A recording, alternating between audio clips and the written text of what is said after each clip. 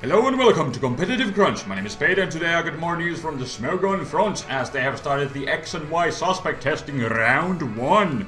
And the suspects are Lucario Knight, Genesect and Deoxys-S. And how the suspect testing works is that people like you and me can play on the ladder or actually on the 2 ladders that they got set up on Showdown right now.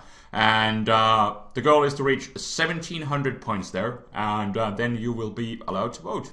There's some ELO and Glyco deviation thingy-map-board, but honestly I don't know about that too much, so I'm not gonna go into too much detail. So, in fact, not at all. But basically, you just do well on the ladder, and you reach this amount of points, which still may end up changing, depending on things and stuff. But if you reach the required amount of points, you will be allowed to vote, and by the time of Sunday, February 9th, that is how long you got time, so still a bit over a week. And that's when the suspect testing comes to an end. And by that time, sometime after it, the decision will be made and the votes will be gathered. And some of these Pokemon may or may not end up getting the ban hammer. And so I thought today I would talk about this little topic. It's definitely exciting news. The first suspect testing of X and Y that Smogon has going on. I have talked about these Pokemon, you know, in the past. In fact, all of these, yes. I do remember. I made that Ubers episode. But since, you know, we got some breaking news from the Smogon front, the first suspect testing, I thought I would do an episode about this. And we can all talk about these 3 Pokemon specifically this time. Why they should be banned, why they shouldn't, and I'm gonna tell you my predictions and thoughts, opinions, and you can tell me yours in the comment section below. And let's just actually get the ball rolling and start with the first one, which is Mega-Lucario. I got the Pokédex entry here open, but basically the problem with Mega-Lucario in the OU tier is that it practically has no counters. You know, it can be checked by many means. You know, a lot of people say that, well, you can just kill it with a faster ground type or a fire type. But does any fast fire type or ground type enjoy switching into adaptability, close combat, or other coverage moves that it does have access to? That is the main problem. It can be checked. Although even checking is kind of a problem because it has access to powerful priority moves. In fact, it has 3 80 base power priority moves in form of Extreme Speed, Bullet Punch, and on the special side you got Vacuum Wave. And I said 80 base power because of adaptability. The ability adaptability, yes. Because it basically makes your stat moves do 2 times the damage instead of 1.5, so technically the Bullet Punch is an 80 base power move, which is pretty darn powerful and pretty awesome on Mega-Lucario. But going back to the whole thing, there aren't really any Pokemon that can safely switch into Mega-Lucario.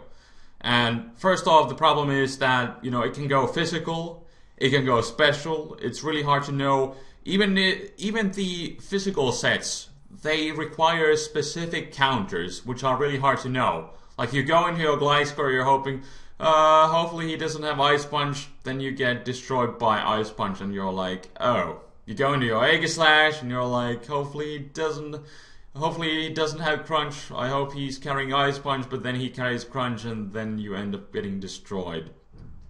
So that right there is a huge problem, especially with the physical sets, because, you know, it has such great coverage moves. Not to mention it can still go special, so if you just send out a generally bulky physical wall, you may just end up getting trapped by a special set that ends up just destroying you after like Nasty Plot. And indeed, you got awesome boosting moves in form of Nasty Plot and Sword Stance. And also the main difference between regular Lucario and the Mega-Lucario is the speed.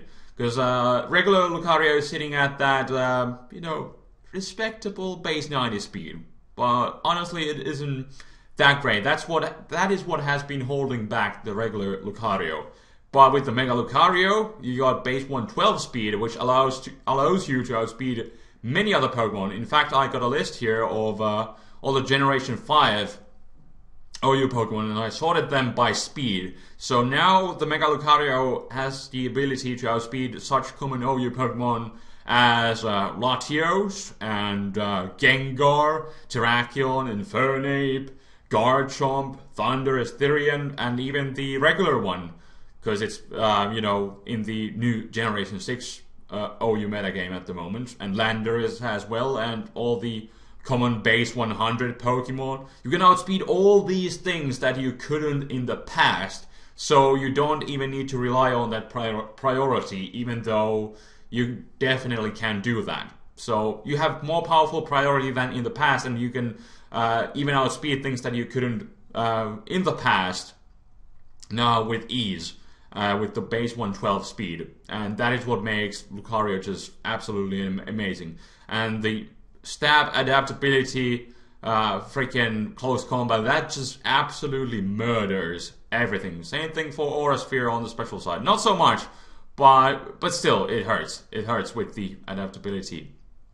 You got all the awesome coverage moves. You got the Crunch, Ice Punch, and you can definitely run Bullet Punch on this thing too. On the special side, you got like Shadow Ball, and besides the Aura Sphere, you got Shadow Ball, you got Dark Pulse, you got I guess you could even run Dragon Pulse if you want, but usually the unresisted coverage by Shadow Ball and Aura Sphere, and maybe Dark Pulse, and then Vacuum Wave for a priority. That is usually all that you really need. But Lucario basically has all the tools that it needs to succeed. Some people say that, you know, things like Gyarados can counter it, which is kind of true. It does have Intimidate for the physical sets. It does resist, you know, close combat, but when you think about it, like, you switch into like Stealth Rocks, and you take a adaptability boost at close combat, you have suddenly lost 50% of your health. So how great of a counter is Gyarados to Lucario? Not to mention, you can still just go special and smack it with something like Dark Pulse. So something like Gyarados is not really the greatest counter. Then some say like Volcarona can counter Mega Lucario, but again the issue is with Stealth Rocks. And I believe +2 close combat from Lucario one-hit KOs Volcarona from full health if it's not defensively invested. And especially in a metagame where Stealth Rock is still a common move, you cannot just guarantee every time you can just get off your Defog or Rapid Spin. And, you know, like I said, if one-hit KOs a standard Volcarona, that is offensive. Of course, you can run defensive, but imagine if you one-shot a regular Volcarona. How good of a chance your somewhat bulky Volcarona is going to have, especially since Mega Lucario is going to be faster than Volcarona. So there's that thing. And then people say like Gliscor and Landorus, Therian, but, you know, Mega Lucario has that Ice Punch. And for Aegislash, we already went through this. It still has the option to run Crunch.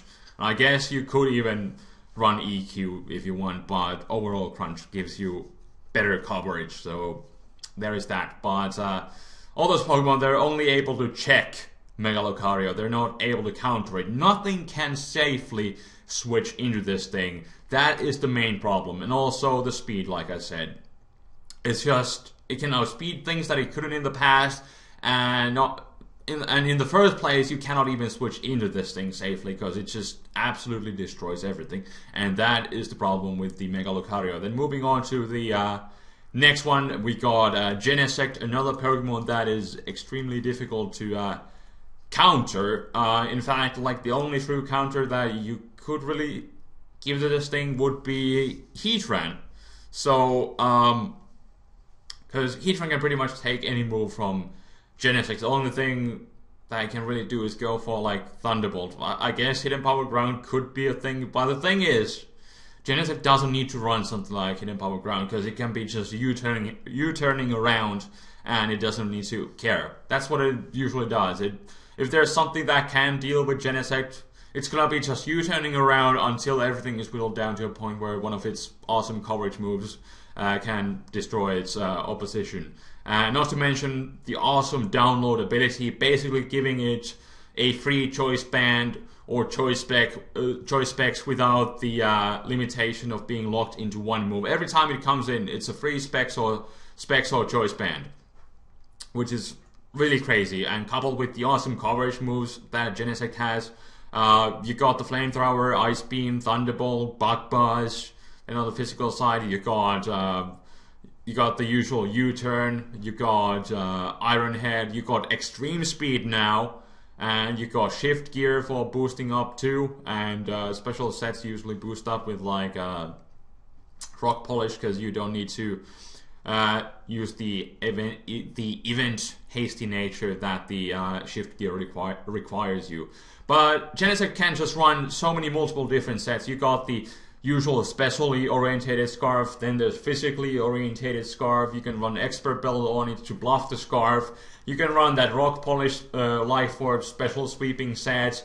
You can run that physically orientated Shift Gear set now. Then you can run the Choice Band set, and I guess even Choice Specs, but that's not really even that common. But you have all these multiple different sets, and it's really difficult to switch into Genesect because you don't even know, is it going to be more physically or specially orientated. So if you try to switch something more specially orientated into a Choice Banded +1 U-turn, you will just end up getting annihilated.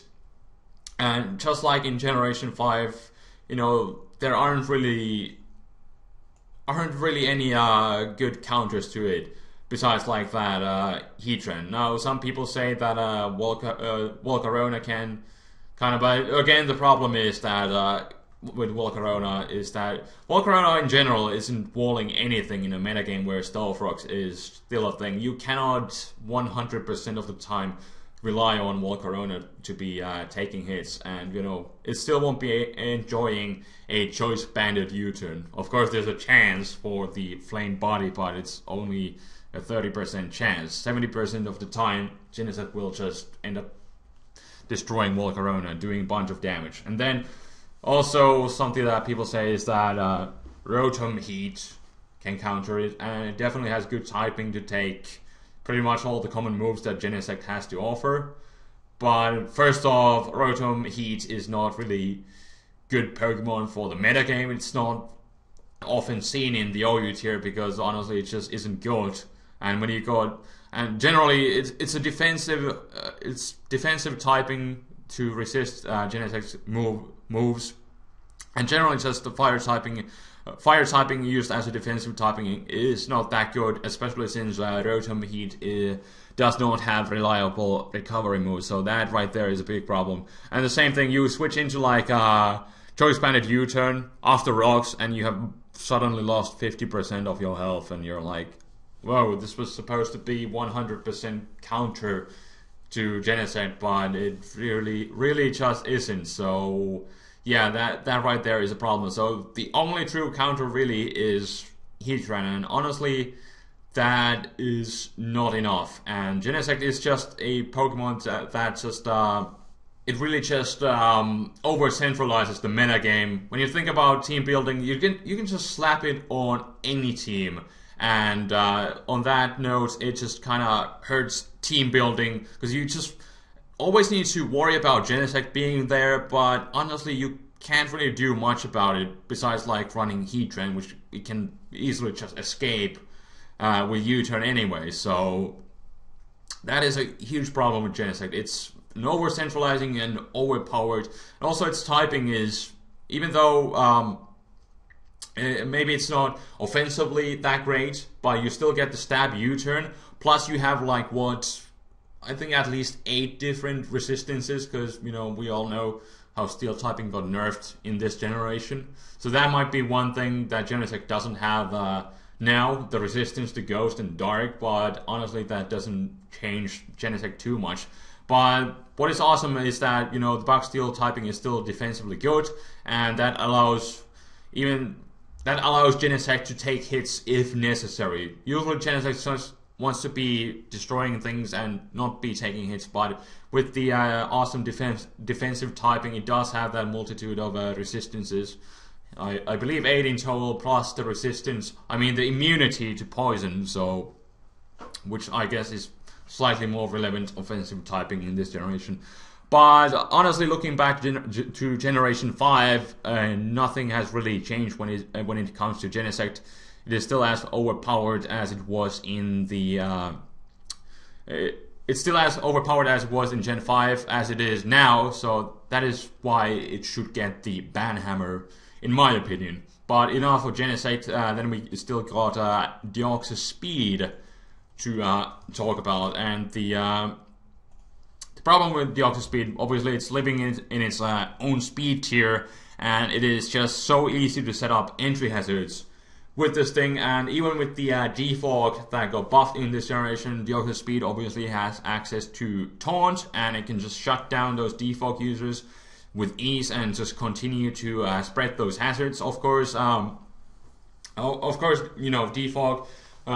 When we talk about defog, that is definitely a reason why Deoxys-S, you know, potentially shouldn't go into Ubers, because the main job still is to set up hazards with Deoxys-S, and as there's a easier way to get rid of those hazards, that might be a reason why Deoxys-S could stay in the OU tier. But like I said, it can just shut down those defog users with taunt and continue to spread hazards, and with that, it's still a great asset for hyper offense. But perhaps now that you know, indeed the defog got buffed, and Deoxys-S's only niche is really to be helping out hyper offense. That has always been the main thing with Deoxys-S, helping out hyper offense.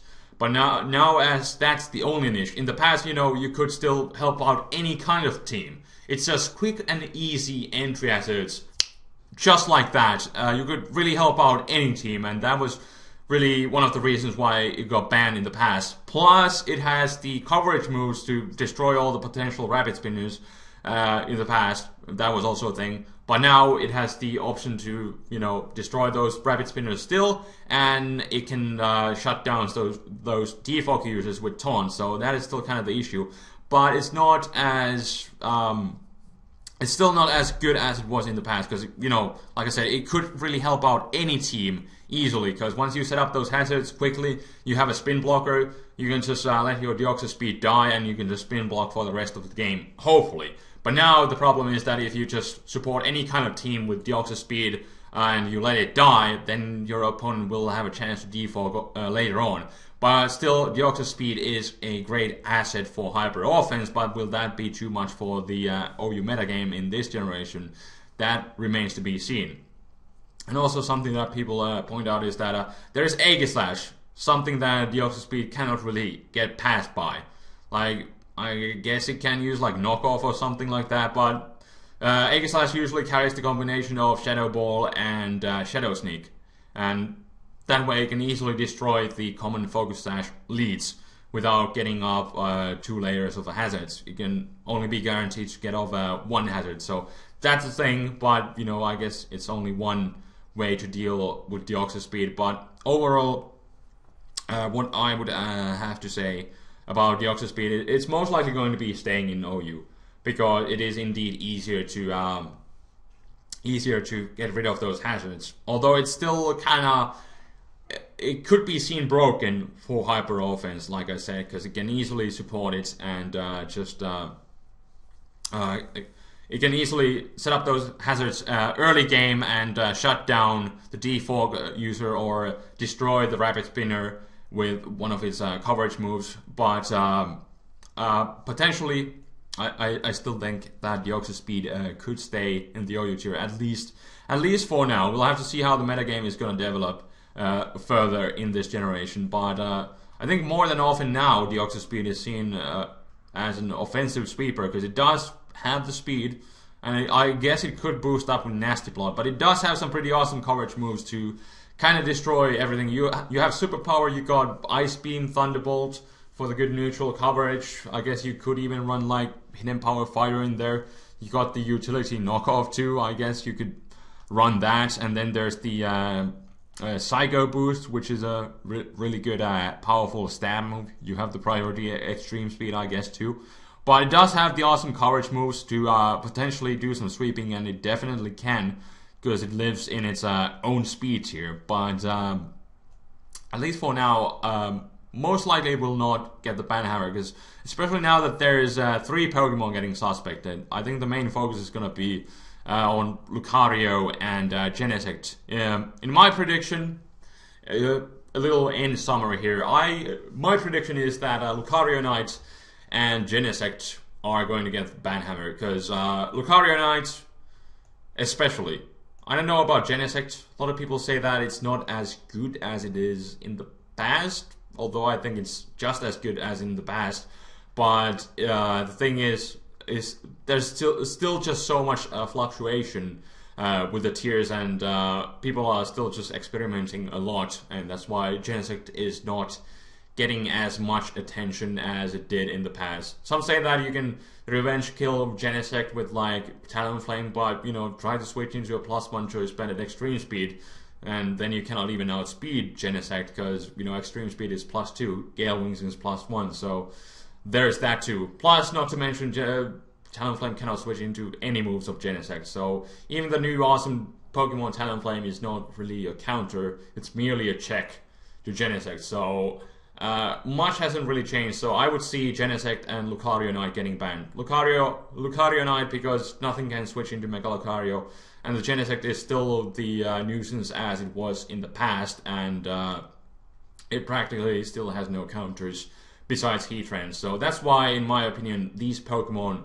should be banned, and I think Deoxys-S could still stay in the OU tier, because Defog has been buffed up and it's not as big of a threat, but perhaps because it's so good still with Hyper Offense, maybe that could be enough of a reason for it to get banned. But who knows?